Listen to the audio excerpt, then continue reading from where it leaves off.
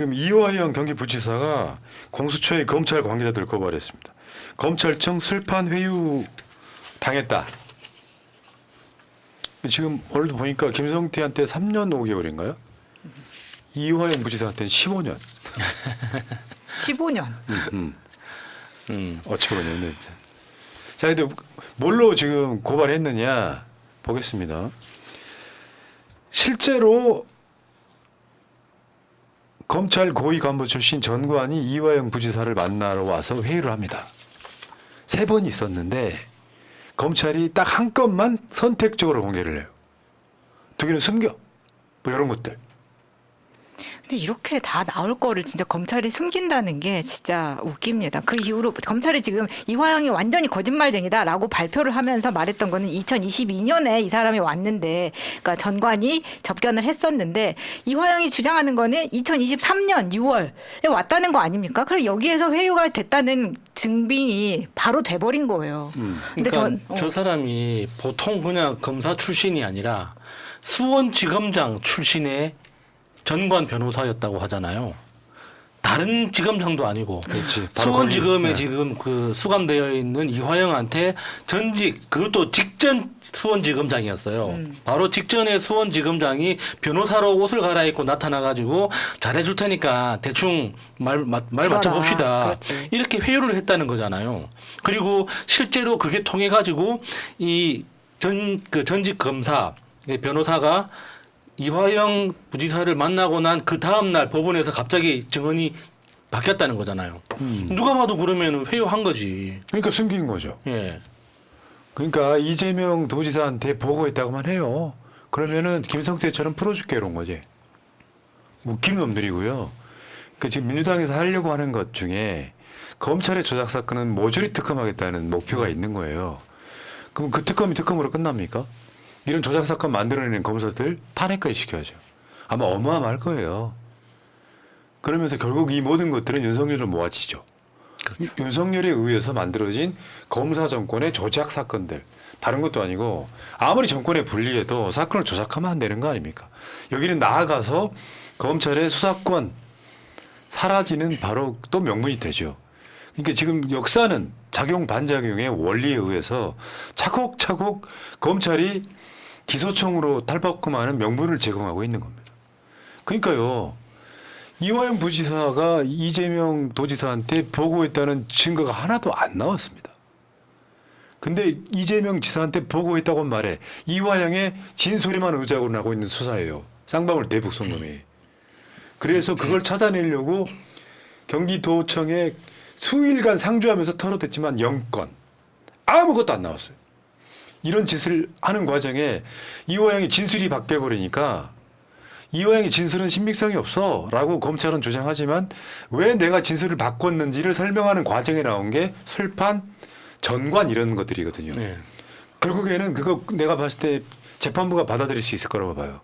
증언이 바뀌었다라고 하는 거에 바뀐 이유를 설명해 주는데 실제로는 이화영 부지사가 이재명 도지사한테 보고 있다는 증거 자체가 아예 없고 오늘 정세현 장관이 설명해 줬어요.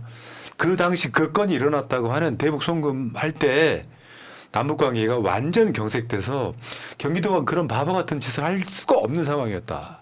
그리고 경기도에도 대북 사업을 하기 위한 돈이 엄청 많이 있었는데 굳이 쌍방울 돈을 갖다가 쓰느냐. 그러니까요. 이거는 정말 간단하게 한 가지만 생각하시면 될 것 같아요. 내가 샤넬이야. 북한을 가든지 어디를 가든지 하려고 하는데 거기다 이제 써내는데 내가 샤넬이면 내가 샤넬이라고 하고 가면 되지 왜 굳이 한국에 쌍방울 이름을 대고 가야 되나요? 내가 경기도면 경기도 브랜드가 더 값어치가 있는데 왜 쌍방울 이름을 대고 가냐고요. 거기만 생각하면 그냥 이거는 끝이에요. 대북 송금이라는 건 말도 안 됩니다. 예. 지금 민주당이 법무부 항의 방문을 좀 계속 하고 있는데 보면요. 여러분들 저거 보면 어떤 건 느껴지세요? 민주당 최근에 초선하는 것도 한번 보세요. 왜 이 말씀을 드리냐면 굉장히 빨라졌습니다. 속도가. 22대 개헌도 지금 꽤 남아있지 않습니까? 네. 개헌도 전부터. 막 계속 행동을 옮기고 있는 거야. 그러니까 그래 우리가 계속 하는 이야기 중 하나지. 계속 몰아쳐야 된다.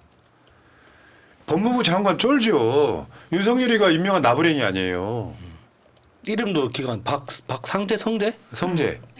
그러니까 만나지를 못하고 도망 다니는 거예요.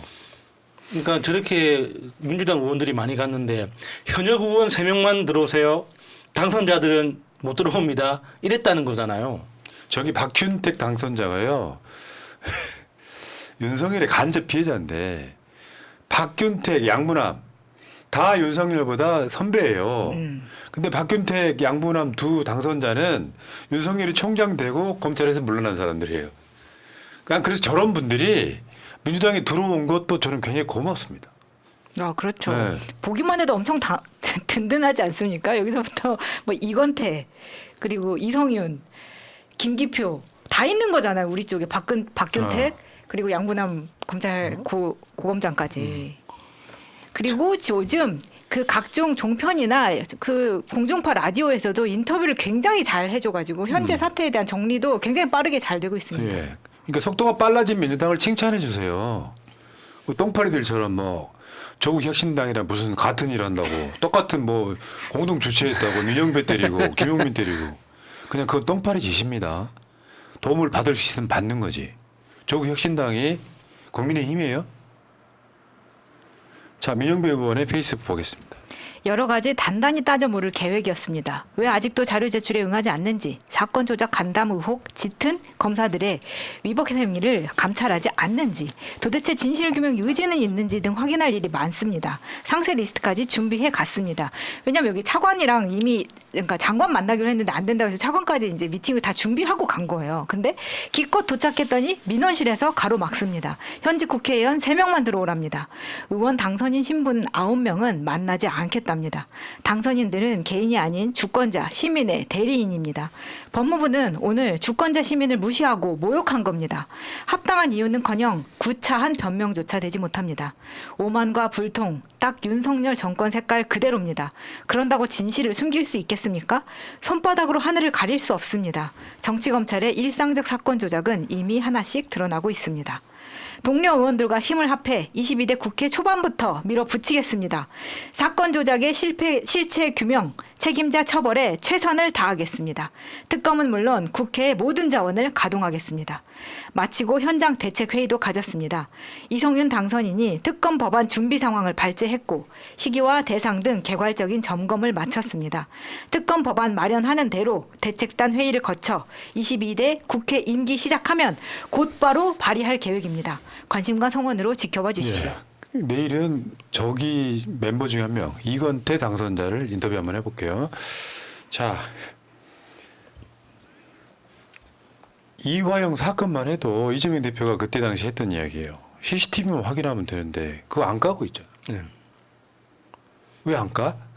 있으니까 있으니까 안 까는 거지. 네. 아니, 삭제를 해버렸구나. 구치소에서도 출정 기록 제출하라고 법원에서 명령을 했는데도 왜 안 지금 까? 배째고 있잖아요. 네. 그 빨간아재가 했던 보도 중에 뭐가 있냐면은 조사실에 CCTV가 2개가 있는 거예요. 하나는 공개된 CCTV, 하나는 거울 뒤에 숨겨진 CCTV가 있는데 그 숨겨진 CCTV는 뭐냐면 검사 앞에 있는 피조사자가 무슨 자료를 보고 있는지를 볼 수 있는 진짜 양아치 같은 짓이죠. 그런 짓 하는 거예요. 네. 그러니까 100%라고 말 못하겠습니다만 난 검사들에 대해서 혐오를 갖는 게 이런 거예요. 검사 개개인이 정말 법과 정의를 위해 싸우는 게 아니라 정치검사와 되기 시작하면 억울한 사람 무지하게 만드는 거죠. 그 억울한 사람 무지하게 만들어서 아마 여러분들 있잖아요. 이찍 여러분들께서도 윤석열 정권 찍어놓고도 못 느끼실지 모르겠는데 가끔씩 보면은 그 검사가 기소 잘못하고 뭐 재판 잘못해가지고 억울하신 분들이 막 국회 앞에 서 있고 검찰청 앞에 서 있고 하잖아요. 그런 분들한테 이직이 없으란 법이 있어요? 그런 사람들 입장에서 검사들이 누군가가 죄가 있는지 없는지를 따져보는 게 아니라 죄가 있는 쪽으로 몰아가 버리는 것. 그 비슷한 사건이 정순신 사건 같은 거예요. 최근에 이야기를 들어보니까 학폭 하나만 기재가 되면 아예 이제 입학 안 받겠다는 대학들이 계속 늘어나고 있거든요. 그러면 그 학폭으로 가기 전에 선생님을 수사로 걸어버립니다. 아동학대로. 그러면 그 학폭 자체가 위험해야 돼버린다는 거예요. 근데 거기에 정순신 같은 경우가 등장을 하는 거예요. 그래서 물론 좋은 검사도 있긴 합니다. 김규영 같은. 박균택 같은 이건태 같은 좋은 검사도 있긴 한데 대개 그런 분들은 이성윤 지금 당선자가 윤석열하고 동기잖아요. 검사 생활 내내 술을 안 먹은 이유가 뭔지 아세요? 눈사람 안 가려고. 그런 검사가 있기는 해요. 근데 윤석열 부류의 검사는 그런 거 아니잖아. 내가 알고 있는 누구는 막 피의자랑 막 동거 생활하다가 문제되니까 결혼하고 막 씨발 진짜. 나? 그 구두에다가 이렇게 막 술 이렇게 막 해가지고 먹었다는 그런 이야기도 있죠. 네. 자, 알겠습니다. 조작 검찰 이야기했습니다. 왜 웃으시는가요? 기분 나쁘게. 자, 1부 마치겠습니다. 여러분 채널 구독 좀 해줘요. 지금 99.7에 딱 2명 남았어. 구독해 주셔야 돼. 부처님도 오셨는데 구독도 좀 오시면 안 돼요? 구독도 해주시고 네. 이미 구독하신 분들은 ARS 멤버십 가입도 해주시면 채널에 도움이 됩니다. 네. 1877-0629 아니면 채널마켓에서 쇼핑하시는 것도 후원이 네. 됩니다.